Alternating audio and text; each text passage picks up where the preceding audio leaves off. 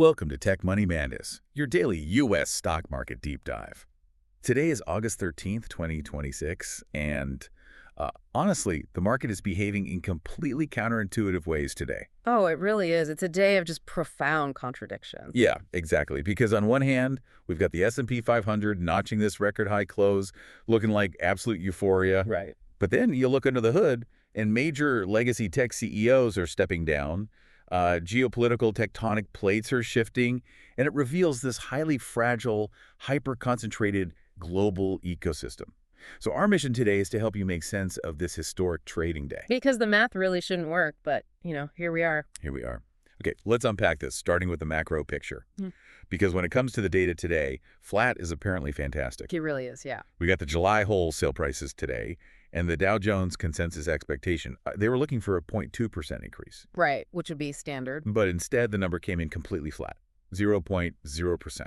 And that zero is just doing an enormous amount of heavy lifting right now. Oh, clearly, because the S&P 500 immediately surged to a record high on that news. Yeah, and to understand why, we have to look at how wholesale prices act as, the leading edge of the economic wedge. Because it tracks input costs, right? Exactly. The producer price index tracks what businesses pay.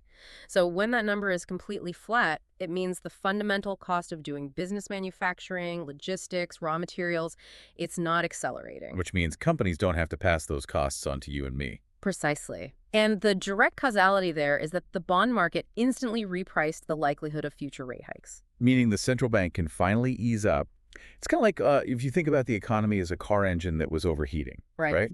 And this flat wholesale price report is like the temperature gauge finally dropping back to normal. The Fed can take its foot off the brake. Yeah, that's a great way to look at it.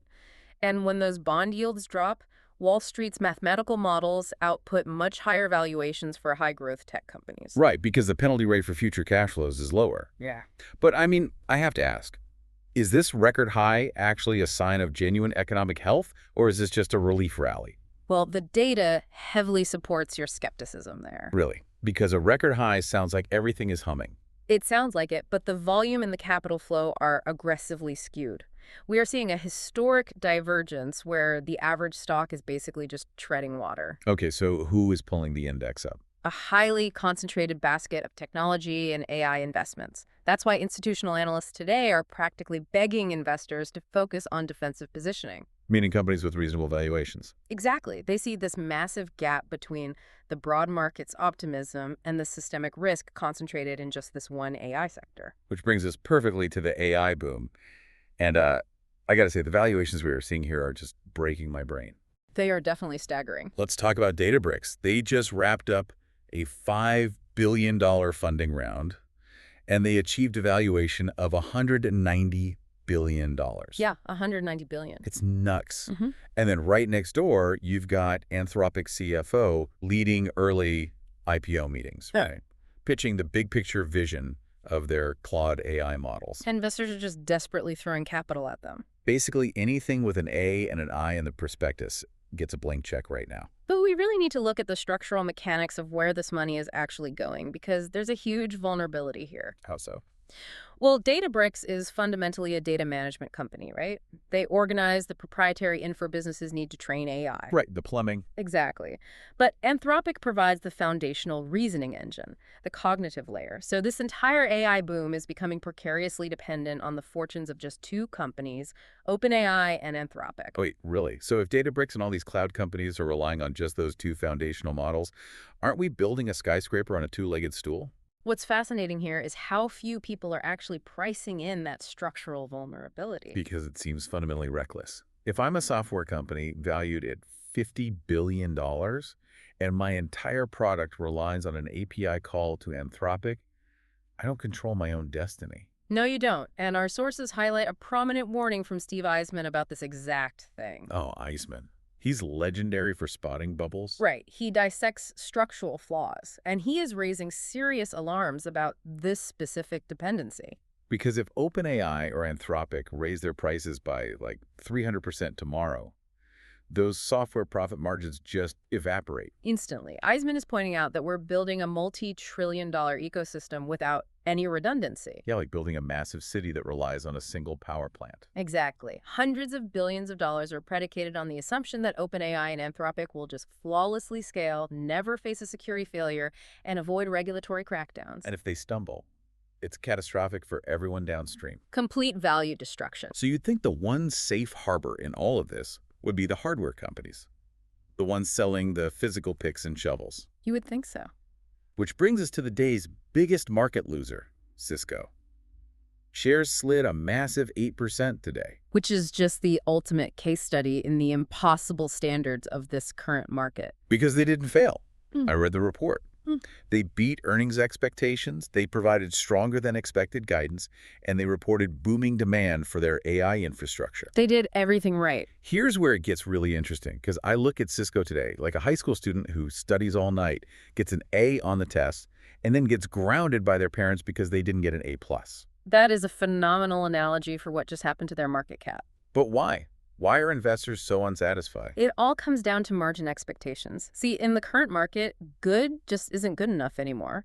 Hardware businesses fundamentally have lower profit margins than software businesses. Right, because Cisco actually has to manufacture physical switches and ship them around the world. Exactly.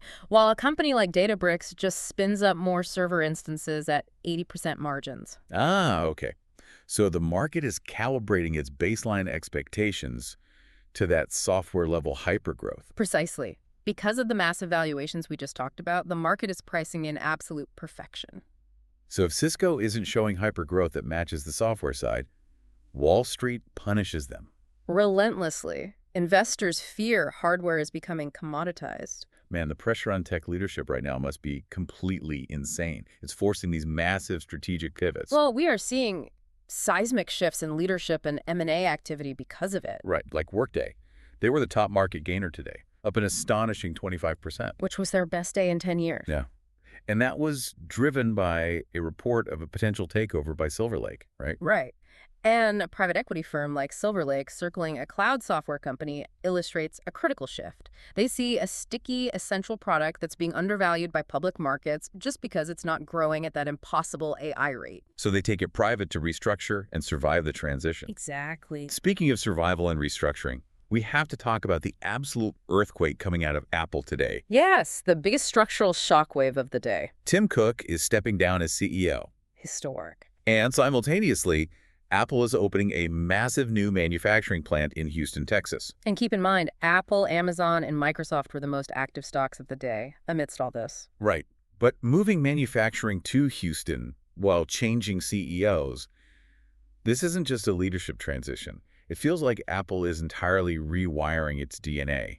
What does this signal to you? It's a radical departure. Tim Cook built Apple's $3 trillion empire on a highly optimized global supply chain, mostly in Asia. Assuming global trade would always be stable. Right. But Apple moving domestic manufacturing to Texas connects directly to supply chain security and macroeconomic trends. But wait, how does paying American labor rates in Texas solve anything? Doesn't that crush their profit margins? Well, they aren't bringing manual assembly lines to Texas. They are heavily leveraging advanced robotics and AI automation. Ah, so they're replacing overseas assembly with domestic automation. Yes. They're making a massive bet that domestic automation will ultimately be cheaper than the compounding costs of global supply chain disruptions. Which perfectly sets up the final overarching theme of the day, global instability. Exactly. The geopolitical reality that is forcing Apple's hand. Right. And just to be absolutely clear for our listeners, both of us are maintaining strict, absolute neutrality here. Absolutely. We are objectively reporting the geopolitical facts from the sources and analyzing the market impact. We are not taking any political sides regarding the U.S., Iran, or BRICS. We're purely analyzing the economic gravity of these events. Right. So looking at the data, the war between the U.S. and Iran is dragging on. It is. And furthermore, Iran is actively ramping up its economic alliance with BRICS nations. They are officially set to join the BRICS new development bank. Which is a huge shift in the global financial architecture. But this is where the market reaction is highly counterintuitive. Despite a war involving a major Middle Eastern power, oil prices actually fell today. I know, it defies historical precedent. Right. Usually any conflict near the Persian Gulf means crude oil skyrockets. So why did it drop? Well, if we connect this to the bigger picture, you're witnessing economic counter-leverage. The U.S. announced that its crude exports through the Strait of Hormuz are near 9 million barrels per day right now. Wait, 9 million barrels a day, Yeah. straight through the conflict zone. Yes, the U.S. is flexing its massive energy export capabilities to stabilize global markets. Wow, so they are actively countering the geopolitical weight of this newly emboldened BRICS alliance. Exactly. By flooding the zone with American crude, they suppress the risk premium that usually causes oil spikes. Which means they're essentially starving their geopolitical rivals of oil revenue while Iran tries to bypass the US dollar with BRICS. It's a profound battle between financial alliances and physical commodities. And suddenly, Apple moving its manufacturing to Houston makes total sense. They see this fracturing global order and they're buying an insurance policy. They absolutely are. So what does this all mean? Let's bring this all together. Yeah, it's a lot to process. Because we have these profound contrasts today.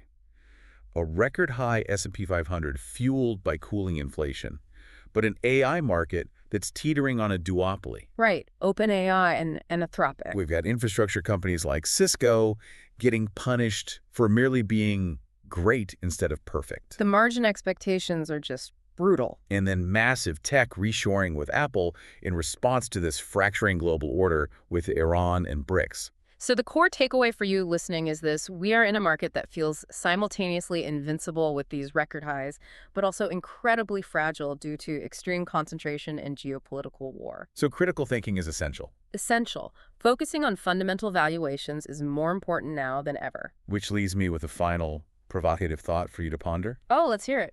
If the AI revolution ultimately depends heavily on just two companies, and global trade is fracturing into rival economic blocs like BRICS, are we heading toward a future where AI isn't just a corporate arms race, but a sovereign one? Oh, wow, that's a chilling thought. Right, because imagine if the next major geopolitical conflict isn't over shipping lanes like the Strait of Hormuz, but over access to Claude or OpenAI's servers. The nationalization of AI. Exactly.